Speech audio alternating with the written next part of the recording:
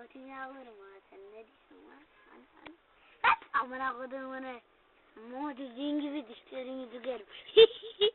Dişe bak lan.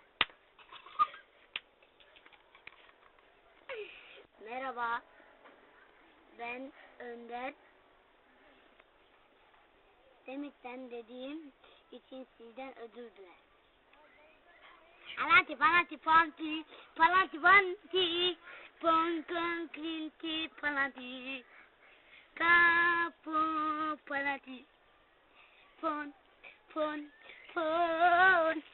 alati panti pon. Daha demek durdurmayalım. Sözler söyleyelim. Orasın geldiğini.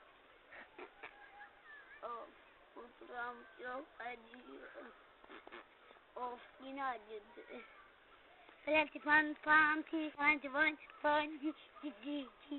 Merhaba, ben Galatasaray'ım. Hadi güle güle aşkım. Ne yapayım? Kapatın lan.